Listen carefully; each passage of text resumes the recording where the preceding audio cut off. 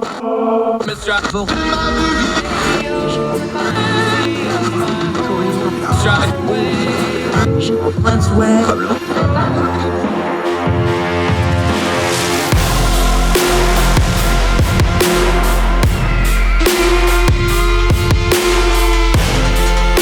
host, Andrew Donaldson.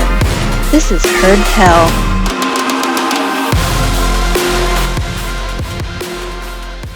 Welcome back to Heard Tell. We haven't talked to our friend Alex Salter in a while. Glad to have him back. He's one of these economist fellas. He's going to explain all those big numbers and data sets and unexpectedly to us. So good that even I can understand it. How are you, sir? Good to see you again. Doing great. Thanks for having me back. You got a book out. We'll get to it in just a minute, but I always ask our economist friends when they're on the show. I'm going to ask you because we hadn't seen you in a while. Why can't we talk about this economy? Because the experts are saying it one way, the news media covers it one way. A lot of folks are still hurting with inflation. We just had a data set came out that the average family is spending about, give or take, about $700 more right now than they did this time a year ago. The media talks about it one way. The economists talk about it one way. Why can't everybody get on the same page about this economy? It is a little complicated and a little unusual, but shouldn't we be able to at least talk about it a little better than what we're doing? Yeah, it's unfortunate when political spin takes precedence over economic analysis of the fundamentals, which is unfortunately what is happening. I look at the economy right now, and I'm glad that inflation seems to be coming down, and it's doing so in a way that does not portend a great deal of economic harm. I'm looking at a fundamentally, I won't say strong, but robust economy in the sense that I don't think that we have a recession coming up. I'm pleased that the Federal Reserve is doing what it's needed to do to bring inflation back down, although we can only give them so much credit since they made the mess in the first place. Now, you can acknowledge those successes without trumpeting the line that everything is great. This is one of the strongest economies we've ever had. Families are doing fantastic. No, they aren't. They're starting to recover to the point where things were about 2 years ago in terms of purchasing power, and that's a good thing. But let's not pretend that this is not something that had to happen. It did not have to happen. We could have fought the economic fallout from the pandemic without creating massive inflation and burdening working families. And so I think that that's something that various officials, elected or appointed, ultimately have to own. You hit something really important there that I want to make sure we don't skip over because we all say it. I'm guilty of it. The economists on TV doing talking head and do it a lot. You mentioned fundamentals. Just for folks that are trying to keep up, when they're looking at a headline or they're looking at a newspaper piece or whatever the case may be, people always mention the fundamentals, but just for the average person trying to be informed on the economy, what's the fundamentals they should actually work at? Give us that nomenclature and a couple of the things they should be digging out of all those headlines and all those charts and graphs to actually pay attention to, because I think that's an important way to understand this. Sure. So I think the first two things you want to look at are the unemployment rate and the rate of economic growth. That's where most economists will start when they're trying to figure out how's the economy doing right now? What's it likely to do in the short to medium run? Unemployment looks pretty strong, 3.5%. That's near historic lows. The economy itself, in terms of inflation adjusted growth, right? You can't just count dollars because what a dollar isn't constant. You flood the market with dollars and dollars become less valuable. But if you adjust that, if you look at goods and services produced, cars, laptops, air travel, clothes, food, shelter, all that stuff, the economy is growing at roughly 2% per year. And that's not amazing by historic standards, but neither is it bad. It's certainly not shrinking. We might wish that we had faster growth, and I think that there are some policies that we could embrace that would result in faster growth. But on the whole, I think it's encouraging that the Central Bank of the United States, the Federal Reserve, has managed to bring down inflation without unduly burdening the economy. Now, there have been burdens, don't get me wrong. Real wages, inflation-adjusted wages, have only just now caught up with inflation. Most families for the last 2 years, as you notice, have taken a pay cut. And that's something that they have legitimate cause to be angry about. Nonetheless, you could have easily foreseen a situation where fiscal and monetary policy were much worse than they actually were. And instead of bringing inflation down gently, we just crashed the economy. And that would have been far worse. Yeah, Alexander Salter joining us. Here's the thing about that, and you just mentioned it in passing. Here again, we're talking about these things the post-COVID economy changed people's perception of the economy, especially things like the service sector, especially things like how the politicians talk about the economy, how they can control it, but they also claim they don't control it, and these sorts of things. How do we parse through that? Because people got an education on economics that was somewhat unique in COVID and now in the post-COVID return. I'm not sure anybody really fully understands it, though. Is that a fair way to kind of lay out part of the problem right now? I think the most important lesson from the pandemic is it's a vindication of elementary economics, the fundamentals that we were talking about. Take all the pandemic policies, the post-pandemic policies, what do they amount to? On the one hand, you're constricting the supply side of the economy, stay-at-home orders, lockdown, social distancing, all that stuff. You're making it more difficult to produce and distribute goods and services. At the same time that you're restricting supply, policies are stimulating demand. Direct checks from the federal government, extremely accommodative monetary policy by the Federal Reserve, printing up new money to buy government bonds, basically. Well, if you reduce supply and boost demand at the same time, what's going to happen to prices? Up, up, up they go. This is exactly what you're going to get in any introductory economics class in the country. This is not something that should surprise us, and we should have seen it coming. More economists should have been sounding the alarm about this. So in one sense, the damage, the harm that it's posed on families is not obviously something that we should welcome. On the other hand, the silver lining is we understand that we have the toolkits to talk about this and talk about this intelligently. We don't need to throw out the playbook. Everything old is new again. Yeah, Alexander Salter. Let's talk about the political side of economics for just a second, because we've been talking about recession. We probably won't have one now, or at least we're hoping we're not going to have one. Do we in the news media and the folks, do we overly obsess over recession? Because it is bad, but in the modern era, the spectrum of Jimmy Carter and stagflation and all that, that's a thing. You know, Barack Obama rode into office off the 2008 economic trouble. Politicians are scared to death of the R word.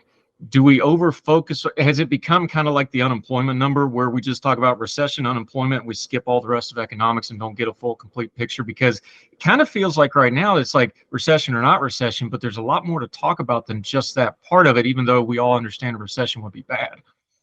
There is more to talk about, and I'm glad that you brought that up. To answer the first question, the reason that the politicians care so much is because there's a lot of good data out there showing that voters basically vote their current economic circumstances. And so if the economy is in the doldrums when it comes election time, that's probably a sign that the incumbents are going to get kicked out and new people are going to come in. So obviously no politician wants that to happen on their watch. But in terms of getting deeper than the unemployment numbers, there are some troubling trends that might cast that unemployment number in not so good a light. For example, the labor force participation rate, basically the fraction of the working age population that's even in the labor force looking for a job, that's gone down significantly since the pandemic. Rise in disabilities, people who are claiming disabilities and therefore not in the labor force, that's sharply risen since the pandemic. So you do have some of these long-term trends that suggest, okay, unemployment is very low, but that might be because we're sampling among a group of people that are already in the labor force looking for a job doing okay. What about all the people who are no longer in the labor force, but by historical standards, quote unquote, should be? That's also a sign of economic health or lack thereof. And we do need to pay attention to these longer term trends. Now, those longer term trends aren't so much about recessions and depressions or expansions or anything like that. They're more about, can the economy continue to grow sustainably over the long run? And that's not as sexy a topic. It doesn't grab headlines in the same way as recessions do. But if you care about the economic viability of the nation, I think that that's where your primary attention has to be.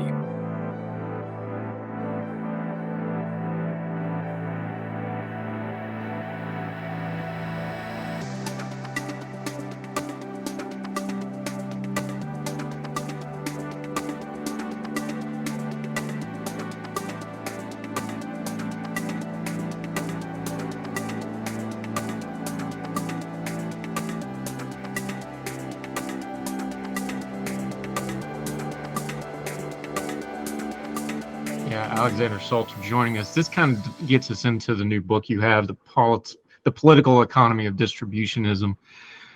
I want to start with this part of it, though, and you mentioned it in the blurb as you explained the book, though, is there's economic theory and there's economic practicality, just like any other, discipline. One thing you bring up here, and this is a good way to intro what you're doing with the book, is things we've talked about this with industrial policy a lot. We're trying to apply industrial policy to big tech, and it doesn't fit perfectly, but there's some principles there, and we got to kind of adjust. There's economic theories, and you talk about, of course, distributionism here, that aren't new, but we need to kind of revise them and revisit them to the new economy that we currently have. And we need to kind of look at it that way. Just kind of explain the nomenclature, distributionism, but how you're kind of taking this not new idea, but trying to apply it to the new, what we're dealing with now in the year of our Lord 2023. Writing The Political Economy of Distributism was a lot of fun, and I'm glad to talk about that for a little bit. So the distinction that you raised that I make in the book is the important difference between the science of economics and the art of political economy. So here's what I mean by that distinction. We can speak in a value-free way about the way that the economy works. As the price of bread falls, all else being equal, people are going to buy more bread. That is a scientific proposition about human behavior. Whatever the true moral theory of the world is, the demand curve for bread is going to slope down in that world. That's what I mean by the science of economics, the causal relationships among variables that we care about that explain and render intelligible human decision-making. And we need economic science because you can't analyze the economy without a scientific perspective of human behavior under conditions of scarcity. But just because you need economics does not mean that economics by itself is going to help you analyze what makes for a good society. You also need what I call the art of political economy, in which you're willing to debate not just whether the strategies that you've chosen can help you achieve your goals, but are your goals worthy of achieving in the first place? Do you have good goals? Do we have good social values? How do we weight these trade-offs when we bring in moral considerations? The analogy that I like to use is medicine. So obviously medicine is a scientific discipline, but the reason that doctors get involved in medicine in the first place is because they have a deep moral commitment to promoting health and happiness in human persons. Now, you can't promote health and happiness without doing value-free scientific medicine, but the science is for the purpose of this broader ethical goal, human flourishing. So we need to understand the domain of scientific economics, the domain of artful political economy, and how to understand the bridge between the two. Because if we don't get both of those parts right, we're going to get trapped in this partisan doom loop that we currently have going on right now, and we're never going to actually have meaningful public deliberation about the foundations of a good society. Yeah, Alexander Salter joining us. You call it ethical. Its first cousin is rights. Economics, if you're going to talk about ethical economics, there's some basic rights, right? Right to private property. Right to, we over abuse the pursuit of happiness, but the pursuit of happiness and the pursuit of economic well-being, those two things are pretty well entangled, at least in my opinion. You can give me yours. Do we need to have some basic understanding of economic ethics and economic rights, not just the American system, but just in, those basic human principle kind of things like, you have a right to earn, you have a right to get what's yours, and then you have a right to keep it and use it mostly as you see fit within the way. I don't know that we've done a good job just on a basic level of explaining that building block before we jump to things like the unemployment rate or economics or distribution or socialism or capitalism. We like to use those big words. We skip over that basic part, and I think we miss a lot that way, don't we? I think we do. If we're starting with first principles, we, especially as Americans, have to start with life, liberty, and the pursuit of happiness, like you just said. Now, it's important to note that the founders did not mean by the pursuit of happiness subjective mental satisfaction. To them, happiness consisted of the objective parts of a well-lived human life. It was about human flourishing as human beings were meant to live and flourish, to be able to work, own property, exchange, enrich yourself culturally through the arts, to have a community and participate in a community. These are all substantive moral goods that are essential to a life worth living, and we can and should defend them. So you're right, we need to have a basic vision of what kind of society we want to be and what kind of rights we do proclaim. We need to decide whether those rights are universal and natural, which rights are communal and conditional, which ones can be abridged, which ones are absolutely non-negotiable. We need to get that stuff right. Otherwise, no amount of economic analysis is going to help us figure out how to build the kind of society that we want to live in. Because again, economics can really tell you if you want, for example, a low unemployment rate, you should do XYZ policies. If you want to make sure that you're getting people to work, you should do ABC policies. Now, that all seems pretty basic, but it can't answer the question of, should you want those things? What kinds of markets should we want to have? Are there some goods and services that it's simply wrong to exchange? Are there some things that we simply shouldn't put a price on? Economics as a science can't answer that. You have to turn to moral philosophy. And the integration of economics and moral philosophy is what I mean by the art of political economy. This is not a foreign thing to economics. Once upon a time, economics as a discipline, when it was situated in universities, was actually housed in the Department of Moral Philosophy. Adam Smith, the godfather of modern economics, and one of the great defenders of early modern capitalism, was himself a moral philosopher by training. There's a reason for that. We need to recover this humanistic definition and scope of economics and ultimately remember what it's for.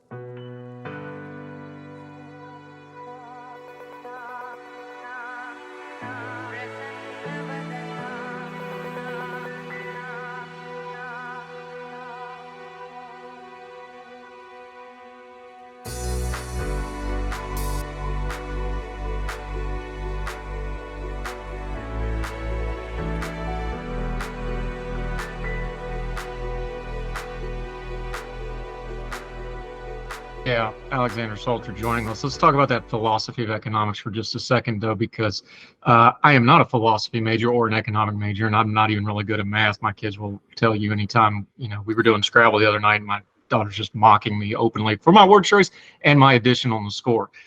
But here's the thing. Just on a basic, my limited understanding, I like to be an all the above guy as much as I can be. I want to be a rise all boats kind of guy, especially when it comes to the economy. I want the most freedom possible. I want the most opportunity possible. So I've got a problem with socialism. I think it doesn't raise the floor. I think it drops the ceiling, and then you end up with two tiers pretty quickly, as history tells us.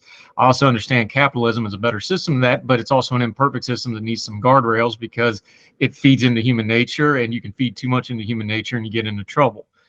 How do we talk about the philosophy like that I think most people think somewhere along those lines of course, everybody wants theirs and everybody wants their family and them to do well. I think most normal, good people just want everybody to do as well as they possibly can. How do we bring down that philosophy level down to folks that just think that and maybe don't know all the details, but go, hey, we just want an economy that works for everybody? Because most people will say that, and then the divergence comes in how you get that, and then the problems comes with how you get that. Is that kind of a fair way to lay out the big picture of all this? I think so. And it's true that when you go to broad ethical values, I think that there's a lot more overlap on those things as it pertains to the economy than is frequently believed. The devil's in the details, right? We disagree massively about how we actually achieve those goals that we have in common, which is, of course, why you need economics in the first place, because economics is the discipline that helps us sort out those claims. Right. Take one of the things that we always talk about with our principles of economics students, the economics of the minimum wage. Is it the case that we can sustainably increase the well-being, the material well-being of the least among us by increasing the minimum wage? Well, that's going to depend on a trade-off, because on the one hand, if you raise the minimum wage, people who are working and can work all the hours that they want are taking home more money, which is great. What's the cost? You've priced some people out of the labor market. Some people are not going to be able to get all the hours of work they want if public policy forces up wages, because employers can't pay that much, right? When wages go up, employers economize on labor. Just like when the price of anything goes up, people reduce their consumption of it. Some people might not be able to find work at all if you raise the minimum wage. So now you have a difficult ethical trade-off to make. Is it okay to privilege those workers who are fortunate enough to get a job at a higher minimum wage against those who no longer are able to get all the hours of work that they want at the higher minimum wage? So if you want to find policies that lift all boats, perhaps that doesn't seem like such an attractive option, since the minimum wage has such differential effects on those who are fortunate enough to find a job versus those who are not. So reasonable people can disagree about that, but I think that it's important that two people should be able to look at the same policy and come to more or less the same conclusion about the effects of the policy. An economist who's pro minimum wage hike and an economist who's anti minimum wage hike ideally should be able to consider a given minimum wage hike and agree about what the actual consequences are. What will be the effect on the total amount of hours worked by workers? What will be the effect on the total wage bill, right? The total amount of wages, dollars that workers are bringing home. What will be the effect on unemployment or disemployment? Ideally, we would be able to agree on those things, and then we could have our moral disagreements about what those facts mean. But in order to get there, we need an appreciation for basic economics. And unfortunately, I just don't think that we're there yet. Yep, Alexander Salter. You bring up the minimum wage, so let's dovetail where we started with this. Do we need to have a basic conversation on labor, especially hourly wages, especially entry level jobs, especially service sector kind of stuff? Because we have a service sector economy. We need to that's a whole nother topic, but we kind of haven't come to terms with the fact we have a service sector economy yet. Do we need to have a discussion just on basic labor? Because we just go to things like minimum wage or hourly employee or salaried or whatever, and we don't talk about worth of labor or how people now have options. I think the days of you work one job 40 years and retire, I think that's probably gone for just about everybody anymore. I think you're going to have to patchwork your labor career one way or the other, whether it's multiple jobs or side hustles or whatever. Do we need to change how we talk about labor a little bit as part of this economic stuff we're talking about? I think that we need to focus elsewhere in the labor conversation. So it's interesting that we talked about the minimum wage, since that's a very popular example, but in many ways, I think it's one that we actually emphasize a little bit too much. What are the greatest hindrances to people being able to flourish and find meaningful work? I do think the minimum wage is a barrier, but I don't think it's the main barrier. The vast majority of the US labor force is employed at a wage significantly higher than the federal minimum wage. So that price, $7.50 an hour or whatever the federal minimum wage is, isn't terribly relevant to most labor markets. But you look at what's happening, you have, for example, this belief that all these otherwise entry-level and specialized jobs now seem to require a college degree. How did that come to be the case? How did it come to be the case that you need a 4-year college degree to do an entry-level job in human resources or marketing or even some accountancy work? That didn't used to be the case. And it's not the case that what we're teaching our students is so much newer and more sophisticated that we're getting them more knowledge. What's happened is that we've turned American education into a degree mill, a rat race, right? An arms race in many ways, where everybody has to quote unquote keep up with the Joneses. So because everybody else has a college degree, you need a college degree too. Even if the line of work that you want to go into is not conducive to having that university background. So now you spent 4 years and $100,000 just getting a piece of paper that makes you eligible for a job that a generation ago you could have had straight out of high school. So already you're at a material disadvantage. We need to pay much more attention to freeing up labor markets so that people are not burdened by the need to pursue arbitrary credentials just to find meaningful work. It's policies like that that I think are going to make much more of a difference for helping real people improve real lives than debates over whether the minimum wage at the federal level should be $7.50 an hour or $8.50 an hour. I think that in many ways, those are peripheral. Yeah, it's been amazing to watch too, how a lot of like the fast food places out for me, they're offering starting usually double that, if not more. Right now. It's funny how it's almost taking it kind of off the table because they just need labor so badly, how fast that narrative changed the last couple of years. But there you go. That's what we've been talking about.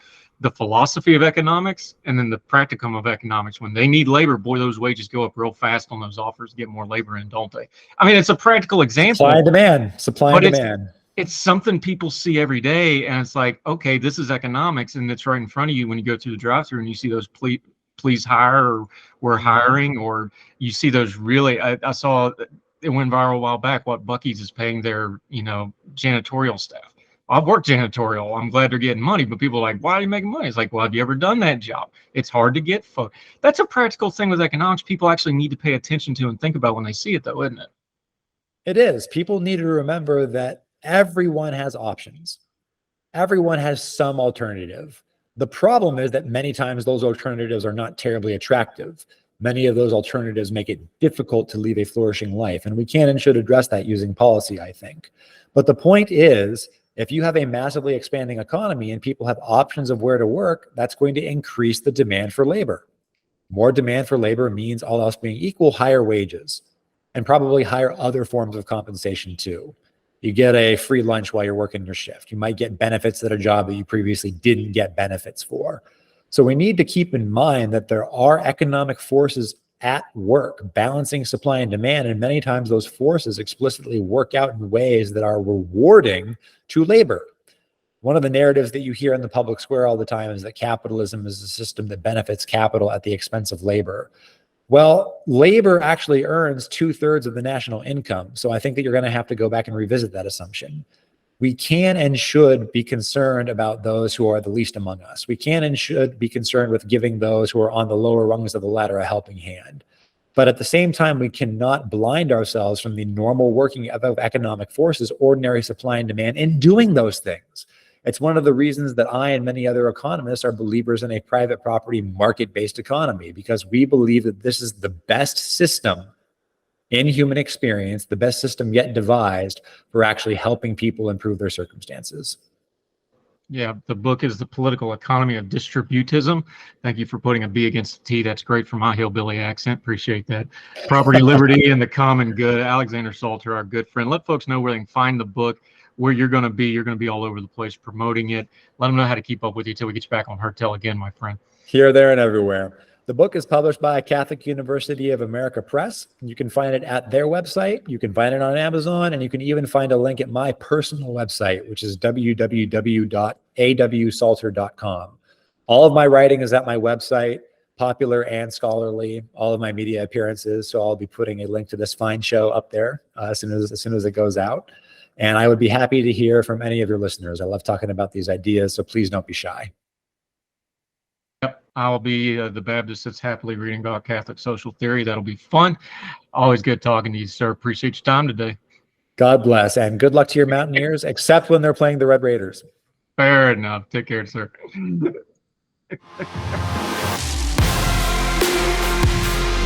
All the music on Heard Tell is provided under a Creative Content license from monstercat.com.